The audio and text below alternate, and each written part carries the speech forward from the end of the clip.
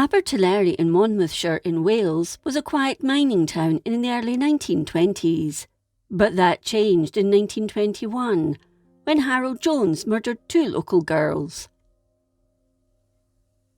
Frida Burnell lived at 9 Earl Street in Abertillery and had gone on an errand for her father to a local shop, Mortimer's General Store at 90 Somerset Street, a grain merchant's.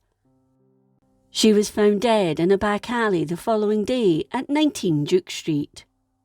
She was 8 years old. Working at the store was 15-year-old Harold Jones, who worked there as a shop boy. At the time, he lived at 10 Darren Road and was described as a nice, helpful young man who was always polite and well-behaved. He also had a girlfriend, Lena Mortimer.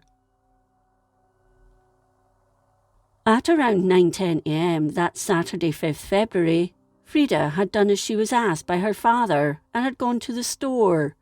But Jones had told her they had none of the grit she wanted in the shop, but did have some in the seed store around 400 yards away. He told her that if she went there and waited for him, he would follow her and get the seeds from there. With Herbert Mortimer, the shop owner, busy elsewhere in the shop, Jones slipped out without telling Mortimer. The storage shed was at 108 Princess Street. Jones made sure he stayed far enough away from the little girl that if he was seen, he wasn't in the company of her. When he arrived at Mortimer's shed, he invited her into it and pointed out the bag of grit that she needed. He then pounced and tried to assault her. He then strangled her and bludgeoned her before finally suffocating her with a scarf. He left her there in the shed. When Frida didn't return home, her parents raised the alarm and a search got underway. When night fell, Jones moved Frida's body from the shed and dumped her on the lane at Duke's Hill, where she was found the next morning. A local surgeon performed the post-mortem on the girl on the kitchen table, while her family looked on. Local police knew they couldn't handle the case, so detectives from Scotland Yard were brought in to help with the investigation. About a week later, a local asked the police if they knew about Mortimer's storage shed, and when they searched it, they found a handkerchief belonging to Frida that had fallen out of her pocket, presumably while Jones was assaulting her. They knew they'd found the murder scene. Frida's cause of death was given as shock due to the assault, and she had injuries to her private area and injuries to her neck caused by partial strangulation. Also cited as contributory factors were injuries to the forehead from being hit, most likely to stun her, and fright. It couldn't be determined if the assault had taken place before or after death. Jones was soon arrested by the Scotland Yard detectives, but locals were shocked and there was an outpouring of support for him. He was taken into custody and charged with the murder of Frida. Jones protested his innocence throughout his time in custody and at court, stating, "I know it's all black against me, but I didn't do it." The case came before Monmouthshire Assizes on Tuesday 21st June 1921. However, the prosecution was dealt a blow when Mortimer, Jones' employer, took the stand. He and his family believed the police were fitting up Jones for the murder, one they simply couldn't believe he'd committed. They were so convinced that he was innocent that they were prepared to lie about Jones's movements to the police and the court. The jurors believed Mortimer, and Jones was found not guilty. The people of Abertillery were delighted with the outcome, treating him almost like a hero, and he was even presented with a gold watch. Just 11 days later, he murdered again. Not far from Frida's grave in the local cemetery is that of Florence Little, an 11-year-old girl who'd been murdered shortly after Frida had been laid to rest. She'd lived a few doors down from Jones in Darren Road, and at one point had openly accused Jones of murdering Frida. On Friday, 8th July, she was playing with her sister Flossie outside Jones's home. Having invited Florence into his house for a glass of lemonade to make peace, Jones strangled her and assaulted her. He then went on to slit her throat and drained her lifeless body of its blood in a crime that shocked Abertillery. The hero was no more. Again, Jones was the last person to see the missing girl alive when her family raised the alarm. But the police weren't prepared to believe his story this time. It was too coincidental. And they immediately searched his home. PC Cox went to the top of the stairs and noticed that near the attic hatch, the wall had been cleaned, and the constable wanted to know why. Cox then climbed into the attic, and it was here he found Florence's body. Jones's horrified father was told about the body in the attic. He went up to his son and said, "Harold, the body's been found in the attic." But Jones protested his innocence once more, claiming he knew nothing about it. He said to his father, "I swear I don't know anything about it." His father then said to him, "Well, it's either you or me, son, and God knows I didn't kill her." Shortly after the discovery, Florence's body was removed from the house, and she was buried close to her friend Frida a few days later. A large number of people attended her funeral. Again, Harold Jones was brought before magistrates on the charge of murder, but again pleaded his innocence. However, the evidence was mounting up. He'd been found with 7 ladies' handkerchiefs in his pocket, trophies from girls he'd wanted, and 2 of them belonged to his victims. It transpired that semen had been found on Florence during the post-mortem. A few of the hankies belonged to his girlfriend, Lena Mortimer. His case was brought by a juvenile court before Mr. Justice Bray on Tuesday, 1st November 1921, as he couldn't be tried as an adult due to his age, and it's only this that stopped him from being hanged for murder. On Wednesday, 19th October, he'd signed a statement which said, "I hereby state that it is my intention to plead guilty for the crime of having murdered Florence Little, upon which I now stand charged." Now that he'd admitted murder, he hoped he would get a lesser sentence, and despite calls for his execution, the 15-year-old was sentenced to be detained at His Majesty's pleasure for killing Frida and Florence. During his time in prison, Jones had psychiatric assessments. One of these took place on 31st October 1923, when he was being held at Maidstone Prison, where he claimed he attacked the girls to kill them. The first time he'd said that he associated cruelty with sex. But he claimed the attacks had nothing to do with sexual desire. But the psychiatrist didn't believe him, thinking that arousal was only achieved through the murders. The local community was shocked by what Jones had done, and it took time for them to heal. Jones ended up spending 20 years in prison and was released in 1941. The decision went against the recommendations from several professionals in the prison service, especially after he told the prison authorities shortly before his release, "I do not want to lose the desire to kill." Shortly after leaving prison, Jones was conscripted and served in Libya. He remained in the army for nearly 5 years. During his time in prison, he'd learned engineering in the prison workshop, so became a gunfitter. He was demobbed on 6 January 1946 and headed to London, eventually settling in Hammersmith, where he found work easily.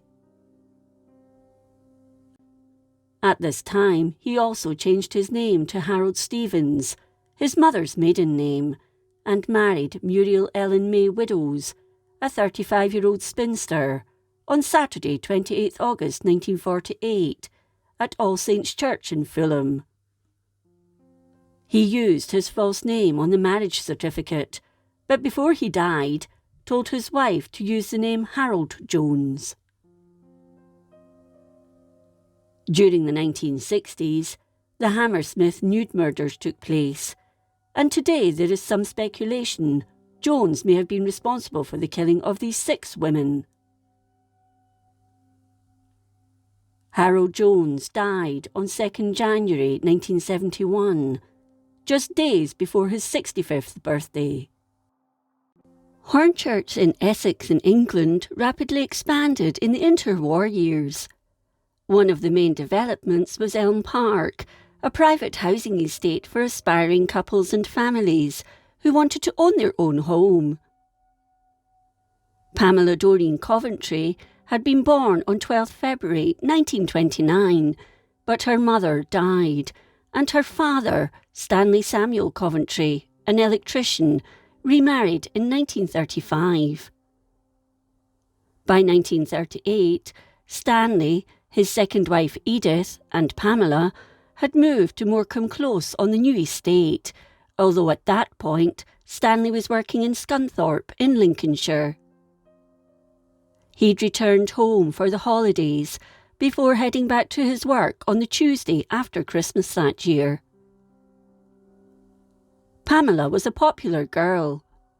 She was musical and attended lessons every Tuesday in nearby Dibben Avenue, and attended Benhurst Primary School. The school was close enough to her house that she always made her way home for lunch. On Tuesday, 3 January 1939, Pamela returned home from her music lesson at around 6:30. She asked Edith if she could run an errand for a man on Coronation Drive, but her stepmother wasn't too sure, so asked if she knew him. She said she did, and that she'd met him on her way home from her lesson. Edith said no. Nothing more was thought about the incident. Then, on Wednesday 18th January, the Coventry's world was turned upside down. That morning, Pamela had attended school as usual, returning home for lunch around 12:45, and left the house around half an hour later. Although the weather was reasonably mild for the time of year, Pamela wore warm undergarments, a pink woolen jumper, her gym slip, a swagger pattern blue coat with 2 metal buttons at the neck, light fawn woolen stockings, a pale green beret, green gloves, and brown Wellington boots, size 3. She also carried with her a brown paper bag containing slippers. Edith waved her stepdaughter off and watched her until she passed the corner of Coronation Drive. She'd arranged to meet up with 10-year-old Patricia Winger, one of her school friends, but she never appeared. At the end of the school day, Edith went to meet Pamela at 4 o'clock, but she was nowhere to be seen. She asked the school where she was and was told that she'd been marked absent that afternoon by her teacher. She asked Pamela's friends if they'd seen her, but none had. She reported Pamela missing at the local police station shortly afterwards. Edith returned home and waited for news.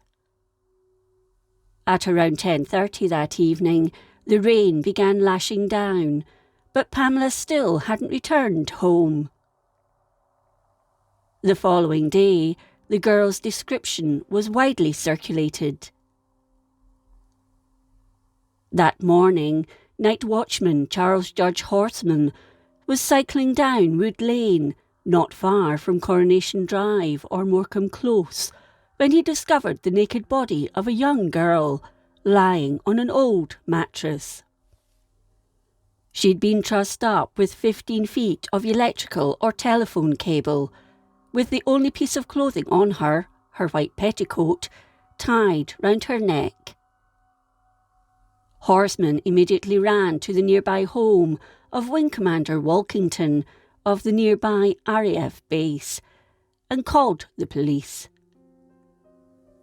Dr. S.E. Camps, the Essex County pathologist, was also called, and he certified that she'd been dead for a few hours.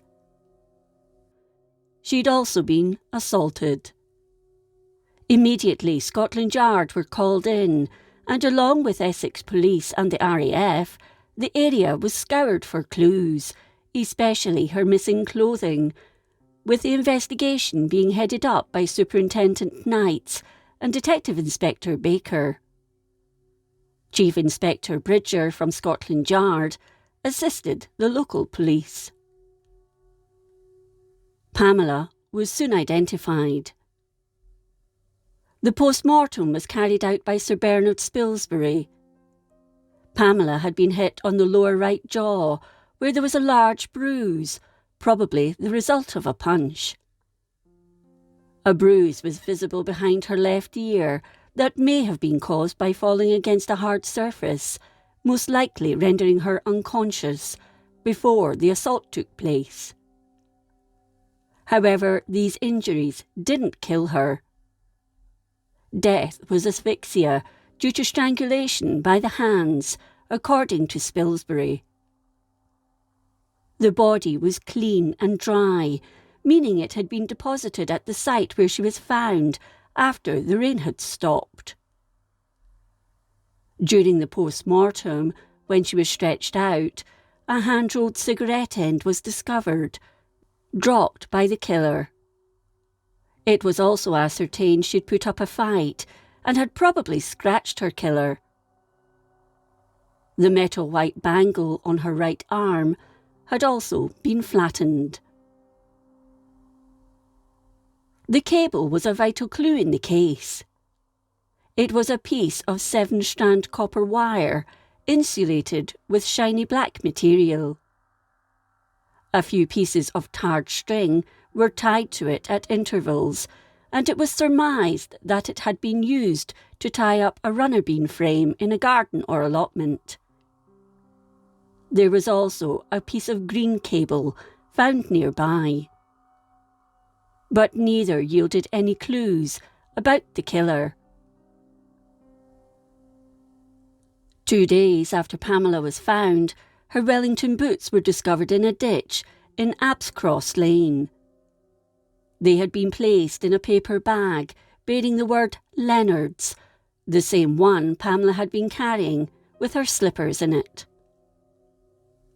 Police believed the murder had been committed outdoors and that a local man had to be the perpetrator, but also believed the boots had been specifically placed where they were found. The man Pamela had mentioned to her stepmother and friends now came under the spotlight. Who was he?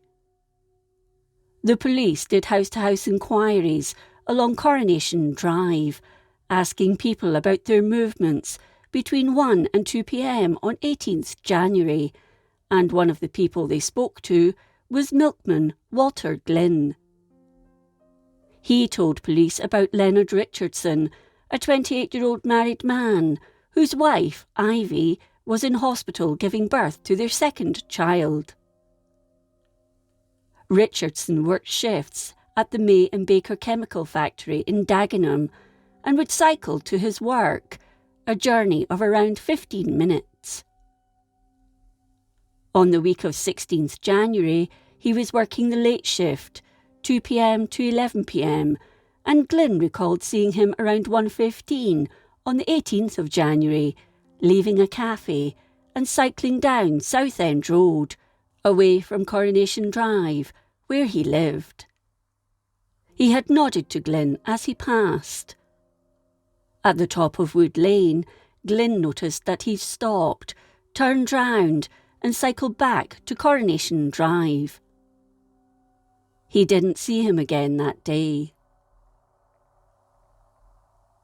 Richardson was questioned by the police on 26 January, the same day Pamela was buried at Barking Cemetery. During the interrogation, he rolled a cigarette. A few minutes later, the papers, tobacco pouch and tobacco were taken from him, and following analysis were found to be the same type of papers and tobacco as that found on Pamela's body. He cooperated throughout, but Inspector Bridger noticed an abrasion on the knuckle of the small fingers of both hands. The one on the left hand was recent. He told investigators that he would have to set off for work at 1:25 to get to his work for 2 p.m. On Monday 16th January, he'd had an accident at work, couldn't remember how he got to work on the Tuesday, but on the Wednesday he'd caught the train, a 3-minute journey. Asked if he'd approached a little girl to run an errand for him, he said yes. That was during the first week his wife was in hospital, and he asked her to get some tobacco for him. However, the little girl had run away. A neighbour's daughter ran the errand instead. This had happened the week after Pamela had spoken to her stepmother. Richardson's story checked out. The neighbour corroborated that the little girl had run away. His work confirmed his accident on Monday the 16th and that he'd clocked in at 1:55 on the Wednesday. Dr. George Steen confirmed he'd seen him, although he saw no signs of a chemical accident, but did say he seemed to be suffering from shock and nervousness.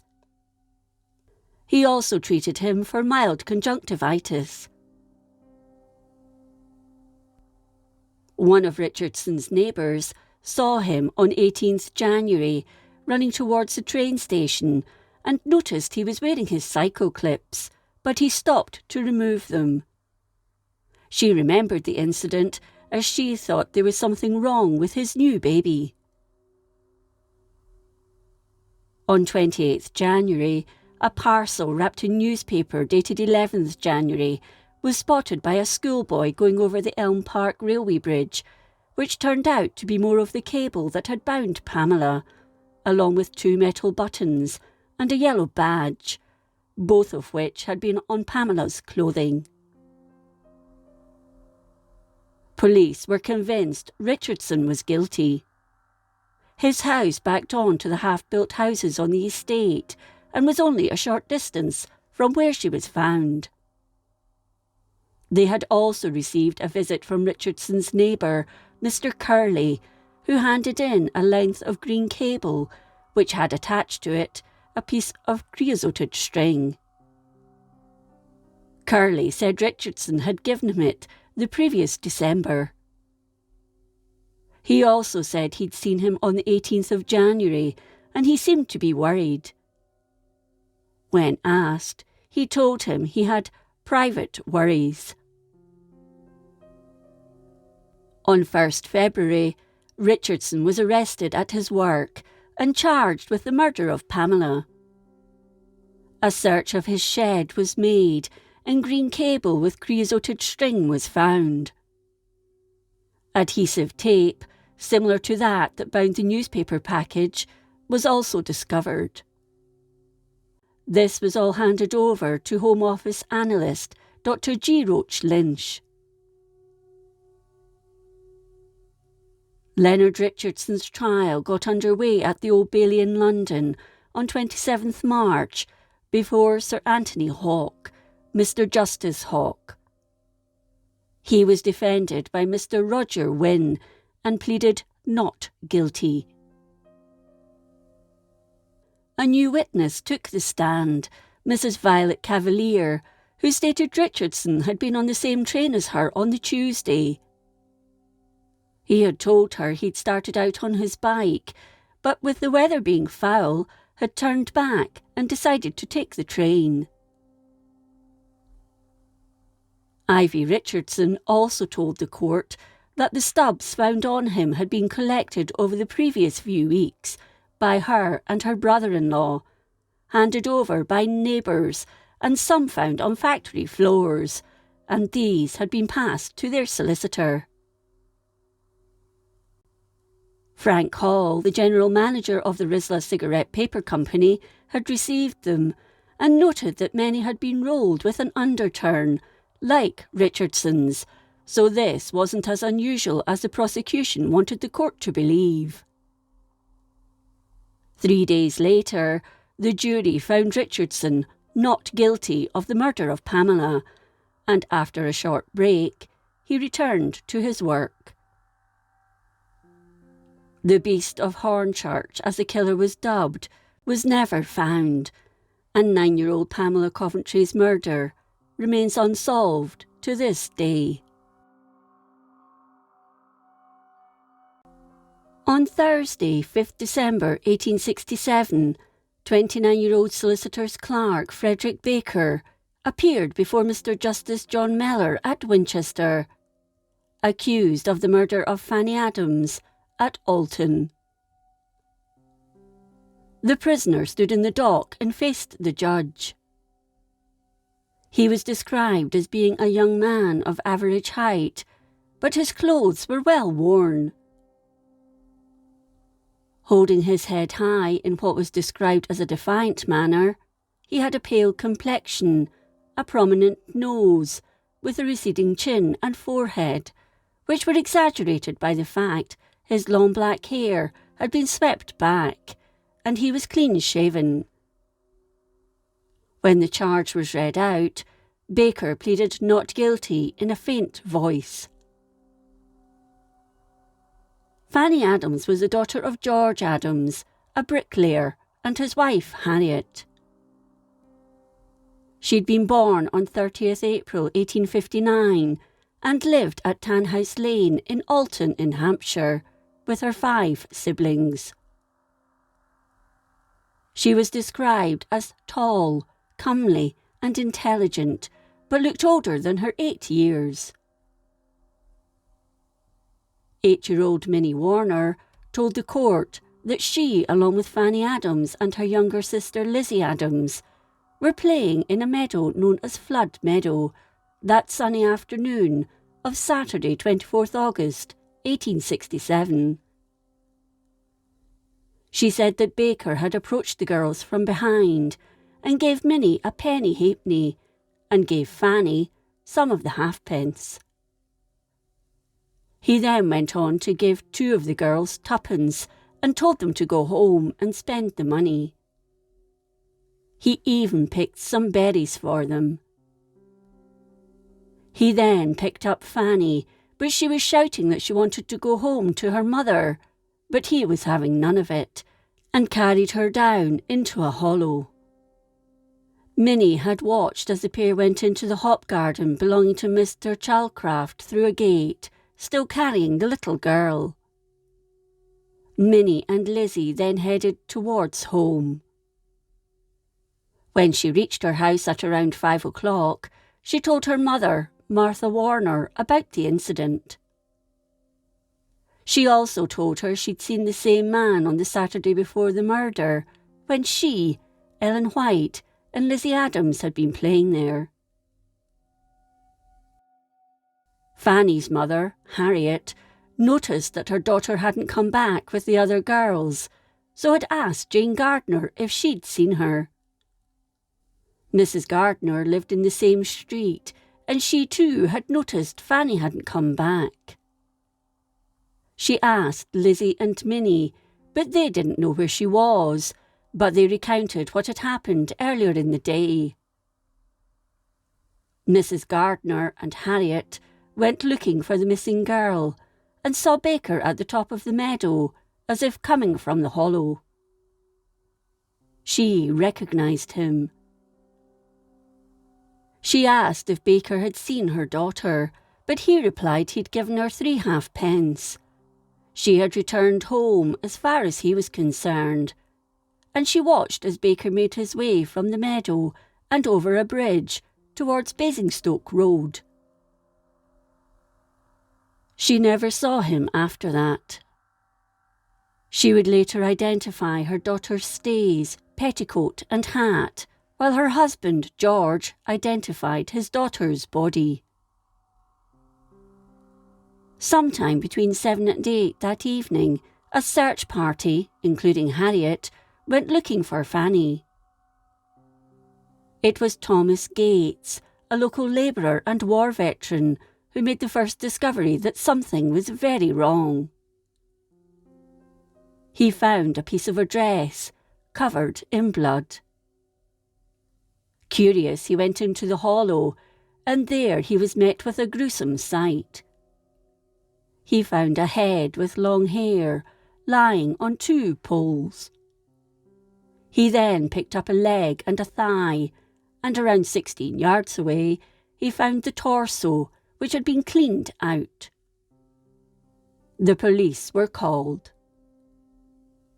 Harriet collapsed while on her way to tell her husband, who was playing cricket at the time and completely unaware that anything was amiss, but someone else had to tell him. Grief-stricken and angry, he returned home, loaded a gun, and was about to go looking for the culprit when neighbours stopped him. Henry Allen had gone to the hop garden in the evening of the disappearance and discovered a heart and lungs in an adjoining field. Thomas Swain, a shoemaker, found a foot on the other side of the road. Police Constable J. Waters searched the hollow on the Monday, but found nothing. In the local River Way, however, a pocket knife was discovered, and slightly further upstream, an eye was found. On 25th September, Mr. W.H. Walker, a painter in Alton, found a bloodied stone in the hop ground, with hair attached to it. Superintendent William Cheney was shocked by what he found. The girl had been mutilated and her dress had been cut up the front. Police took the body parts away to a local surgery on Amory Street, where a post-mortem was carried out by Dr. Lewis Leslie. Leslie concluded that the cause of death was most probably the blow to the head with the stone recovered. The body parts were sewn together and taken to the police station by Constable Thomas Light. At 9 p.m, Cheney and Police Constable George Watkins went round to Baker's office where he was still working. He asked him if he'd heard about the child murder, and he replied, "Yes, they say it's me, don't they? I am ready to go with you if you like." He had 2 knives on him and was taken into custody, charged with the murder of the little girl, but said he was innocent of the crime. Baker was told to strip, and police found that his left trouser leg and his left boot were damp. Asked how that had happened, he said he stepped into water. Blood was found on his shirt sleeve cuffs, but he claimed he didn't know how it got there. His office at Clement's Solicitors was searched, and a diary was found. On the 24th of August, he'd written, "Killed a young girl. It was fine and hot." On the Monday morning, he appeared before Edward Knight at Chawton and was remanded in custody on the charge of wilfully murdering Fanny. An inquest was opened into Fanny's death on Tuesday, 27th August, by the Deputy County Coroner, Robert Harfield. It was held in the Duke's Head Inn, where all the witnesses in the case testified. The verdict came back that Baker was guilty of the willful killing and slaying of Fanny Adams, and he was later taken to Winchester Prison. The following day, the little girl was buried. Those same witnesses went on to give their accounts in front of Justice Mellor on 5th December. Also giving evidence was Baker's father, Frederick Baker Sr. He told the court his son had always been a weakly child and said that he had pains in his head with sickness. He had worked for a solicitor in Guildford, but found the work too heavy for his head and used to cry. Until he was 26, he never drank, but his fiancée had broken their engagement, and after that he appeared to be quite out of his mind.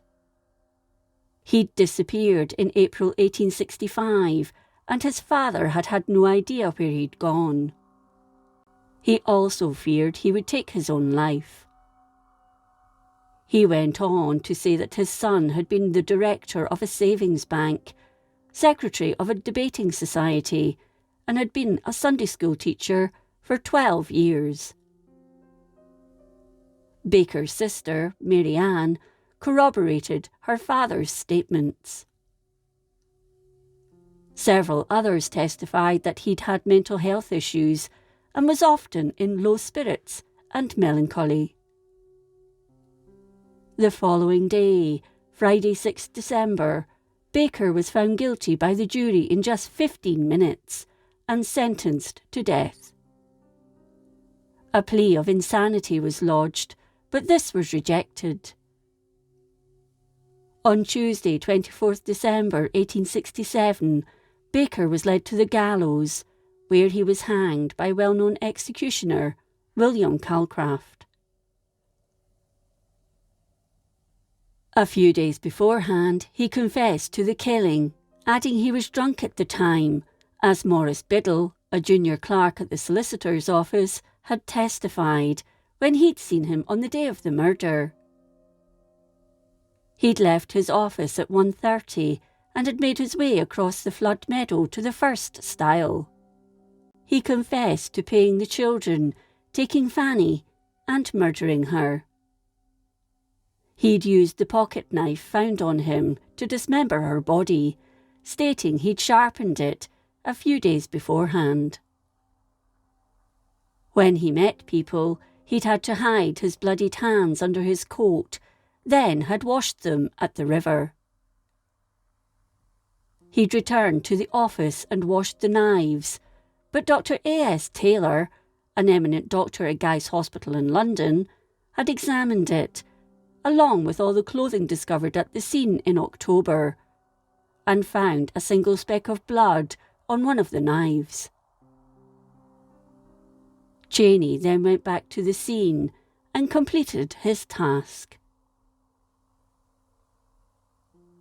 Around 6,000 people witnessed the hanging at the county jail in Winchester. That morning at 5 o'clock, he was visited by the chaplain, the Reverend Foster Rogers. At 7 o'clock, Baker ate a hearty breakfast, and at 20 to 8, the Under-Sheriff Thomas Burnett Woodham entered his cell. At 5 to 8, the bell of the jail began to toll, and accompanied by the chaplain, Under-Sheriff, surgeon, Deputy Governor John Gregg, and 10 warders, Baker proceeded to the scaffold. On Saturday, 28th March 1868, a headstone was unveiled for Fanny at Alton Cemetery, thanks to public subscription.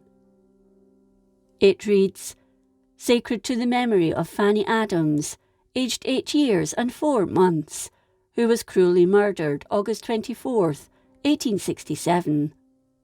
Fear not them which kill the body, but are not able to kill the soul, but rather fear him which is able to destroy both soul and body in hell."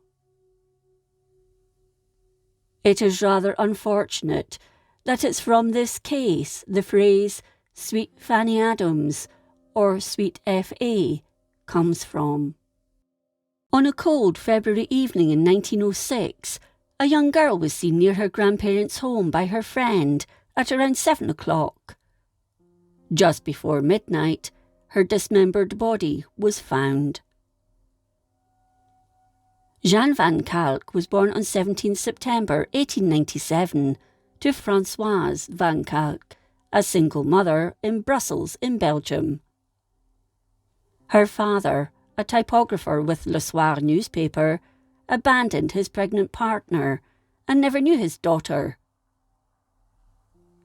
The little girl lived with her grandparents, but visited her mother every evening for a couple of hours.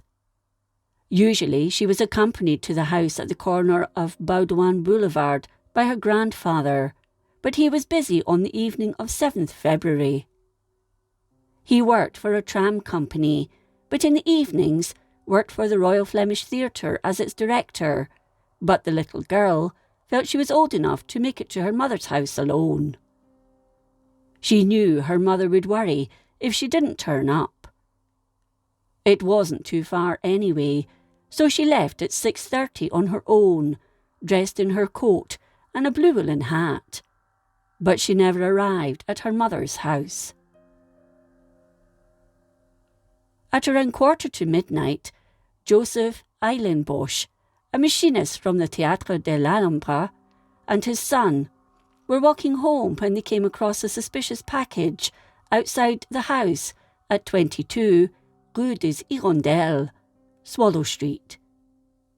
Gustave Van Damme, a local police officer, was called to the house to inspect the package. He was soon joined by another police officer, Pierre Noël, and the pair carried the package to the nearby police station at Place de Nouveau Marché au Grand. Desmet, the officer in charge of the department, asked Noël to open it, which he did. The first thing that was noticed was the clothing: a check dress, a white apron, and a blue pea coat. Taking a closer look and noting the frozen blood, they realised it was the dismembered but still warm body of a little girl, as she dropped out of the package and fell to the floor. She'd been wrapped in thick paper which had been tied with hemp cord. Her legs had been amputated and were not with the body. Horrified, the officers raised the commissioner and the public prosecutor. Then the press were informed of the discovery. Not long afterwards, 2 men appeared at the police office to report Jeanne missing. They described what she'd been wearing, and the clothes matched those worn by the girl in the package. The following day, a huge crowd formed outside 22 Rue des Hirondelles. Among them was Françoise van Kalk, who fainted when she heard it was her daughter. An investigation got underway immediately, and a reward of 30,000 Belgian francs was offered for any information that would lead them to the murderer of Jeanne. The local streets and canals were searched in hope of finding her legs. On 16 February, a gardener called Moulins found 2 identical packages around 40 centimetres in length within the park of a former royal farm, Stuyvenberg. The previous day, Jeanne's leather ankle boots had been found nearby. These were her missing legs. They'd been wrapped in newspaper. Some of them came from Le Soir, dated 12th and 27th January 1906, while the rest were made up from pages of the Journal de Paris. Sometime later, a bloodied shirt was discovered on Chaussée de Wavre, but still no one was charged. Police officer Agent Leibrechts and his dog Follette were sent to the crime scene. At 22 Rue des Hirondelles, the dog stopped and at another house. She barked for a good long time outside Jean's grandparents' house. Meanwhile, the coroner examined the remains. He was sure the perpetrator was someone with either medical knowledge or a skill, such as a butcher. He established her cause of death very quickly. Jeanne had suffocated on her own vomit. She'd been forced to drink a large quantity of alcohol and had been violently sick. She also showed signs of having been assaulted. He concluded that death had occurred sometime between 8 and 9 on the evening of the 7th of February. The little girl was buried on 11th February at the Brussels Communal Cemetery in Yvers. Over 10,000 people attended the funeral of the little girl. Émile de Motte, the burgomeister, had overseen the collection of the body from Saint-Pierre's hospital morgue and had accompanied the funeral cortege. The police formed a guard of honour around her coffin. The community came together. The editor of Le Soir, Émile Roussel, began a subscription so that a marble memorial could be built in remembrance of the little angel of Rue des Hirondelles. A 7-year-old friend told the police she'd seen Jeanne around 7 o'clock on the day she was murdered. She stated that she was with a man who she seemed to know near her grandparents' house. She said, however, that they were walking in the opposite direction. It seems that due to her age, the police never took her information seriously. An Algerian and a Spanish man were held on suspicion of her murder, but were released without charge. A beggar and a butcher's apprentice, Jean Mani, then came under suspicion, but they too were released without charge. A local doctor, Dr. Nysens, also came under suspicion, but there was no evidence to charge him either. A year later, another little girl was murdered. Born on 1st October 1901, Annette Ferdinand Bello, aged 6, was found under similar circumstances at Anderlecht. On 1st December 1907, she and her brother were out playing on the street at Place de Bruckere, Dam Street. A man aged between 35 and 40 approached the pair and asked her older brother to go and buy him a pack of cigarettes. In return, he would give him some sweets, so the boy went off to get them. He'd promised to wait with Annette, but when the boy returned, both his sister and the man had gone. The following day, her body was found in a field behind the vet school near Gare du Midi. She'd been assaulted and strangled. She too was buried in the Brussels Communal Cemetery at Yvers. Both cases remain unsolved.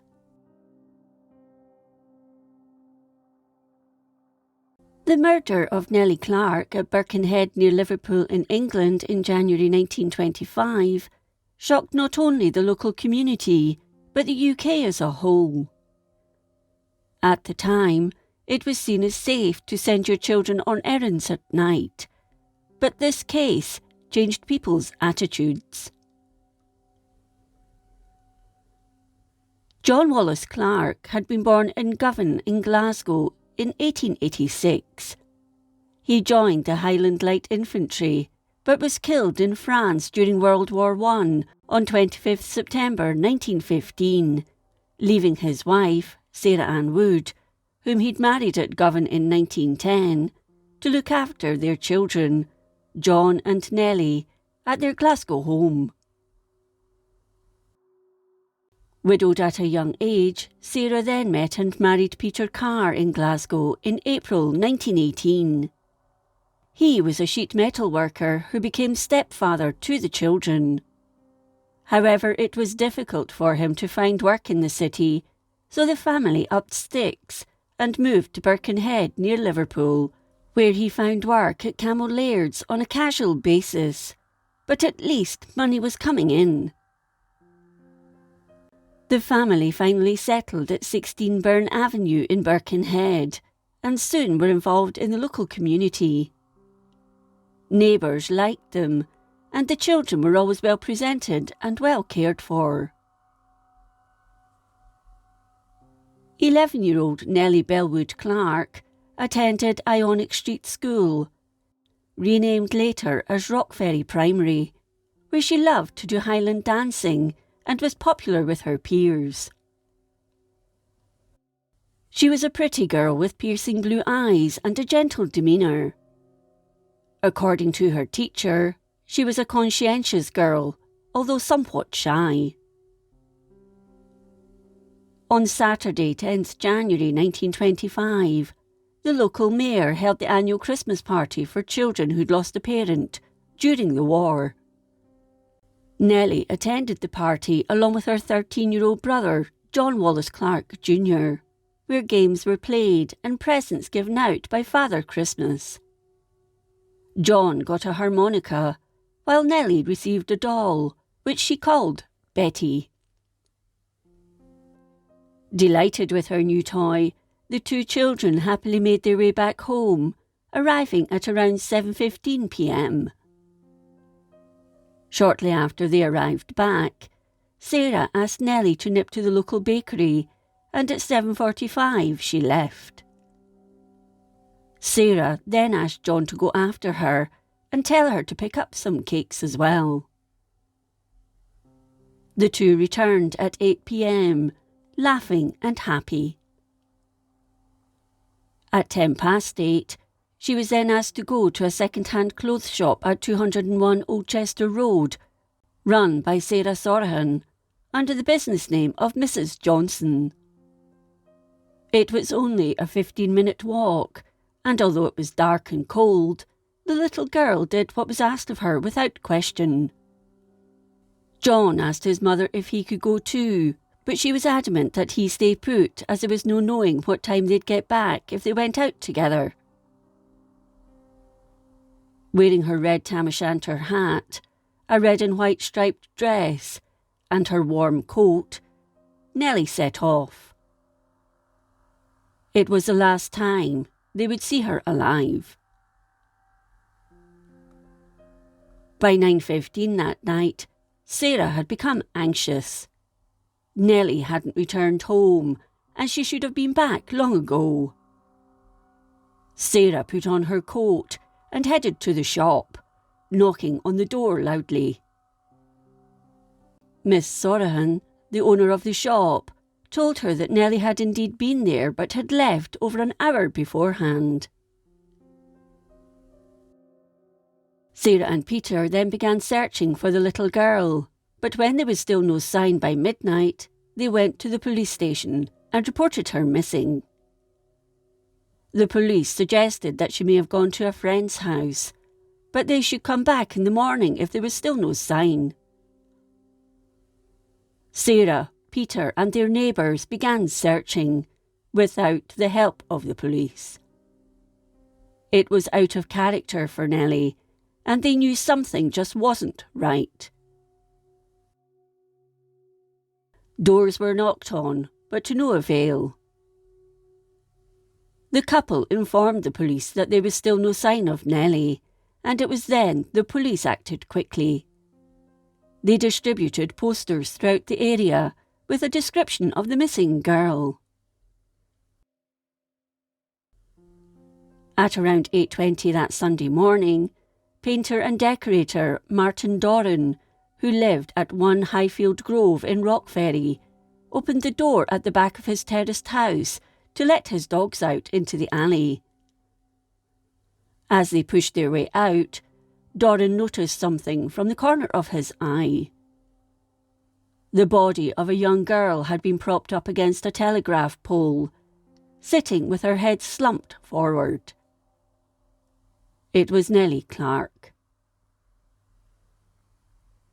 As he didn't have a telephone, he stopped a milk boy doing his rounds and told him to hurry to the local police station. The police arrived quickly. They spoke to Doran, who told them he believed the girl hadn't died where she was found, as her clothes were pretty clean for such a dirty area. Doran told the police he'd heard nothing, and if there had been something, his dogs would have alerted him. As the police took his statement, the body was taken to the local Birkenhead and Wirral Children's Hospital, where police surgeon, Mr. Pierce, uncovered that she'd been strangled and assaulted, but had put up a fight against her attacker, as bruises on her body attested. There was a large loss of blood due to the assault, which, according to Pierce, had been vicious. The time of death was between 9:30 that Saturday night and 12:30 on the Sunday morning. No mud was found on her clothing, giving credence to Doran's theory that she'd been killed elsewhere. Speculation was rife following Nellie's discovery. Had she known her attacker? Was it someone she trusted? Had she been naked, then washed and redressed, following her death? How had she ended up in the alley? Did the perpetrator carry her there?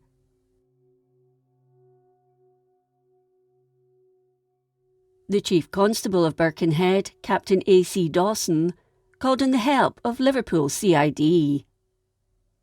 4 detectives were immediately allocated the case, and 2 detectives from Scotland Yard, Chief Inspector Savage and Sergeant Sprackling, arrived at Birkenhead on Thursday, 22nd January. Locals raised £200 in reward money for the capture of the murderer, while people came forward with information regarding sightings of Nellie as she made her way to the shop. Lillian Smith, a classmate of Nellie's, had seen her heading towards Newchester Road on her own at around 8 o'clock, she thought, but she couldn't be sure of the time. A group of children had been walking slightly in front of her.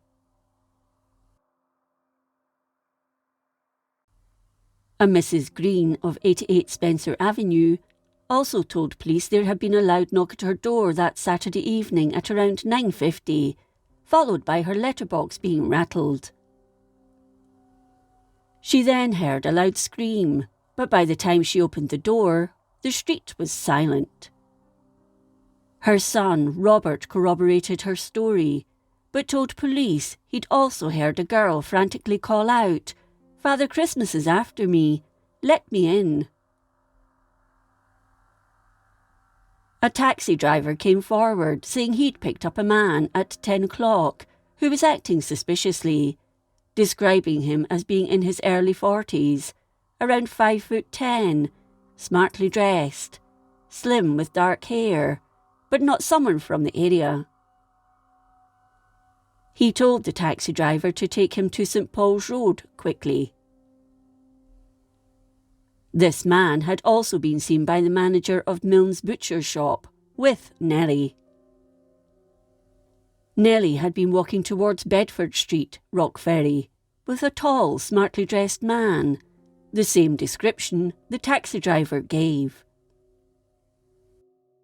He saw him again at the Royal Standard Hotel later that night when he went in for a drink. The stranger walked in, had a drink, then left. This stranger was never traced. A local solicitor helped by allowing his bloodhounds to be used to trace Nellie's last steps. One of Robert Quillen's dogs was chosen and taken to the alley where she'd been found, where it picked up her scent. The dog led officers to some waste ground, where, digging frantically, it found rosary beads that were later identified as Nellie's. The dog also stopped dead at a corrugated iron tool shed, but police never followed this up. With few leads, police contacted ships' captains harboured at Birkenhead and Liverpool and asked them if anyone on board had any information, but nothing came of this. Every avenue open to police was explored, but nothing came of their inquiries, and the case went cold. In October 1930, Liverpudlian Peter Williams confessed to Nellie's killing, as did a man from Germany and another from Canada, but all were false confessions. None of them had anything to do with the murder. Nellie Clark was buried in Bebington Cemetery. Sarah Wood Clark Carr, Nellie's mother, died in 1931, while her stepfather, Peter Sinclair Carr, died the following year. To date, no one has been arrested or convicted of her murder, and Nellie's case remains unsolved.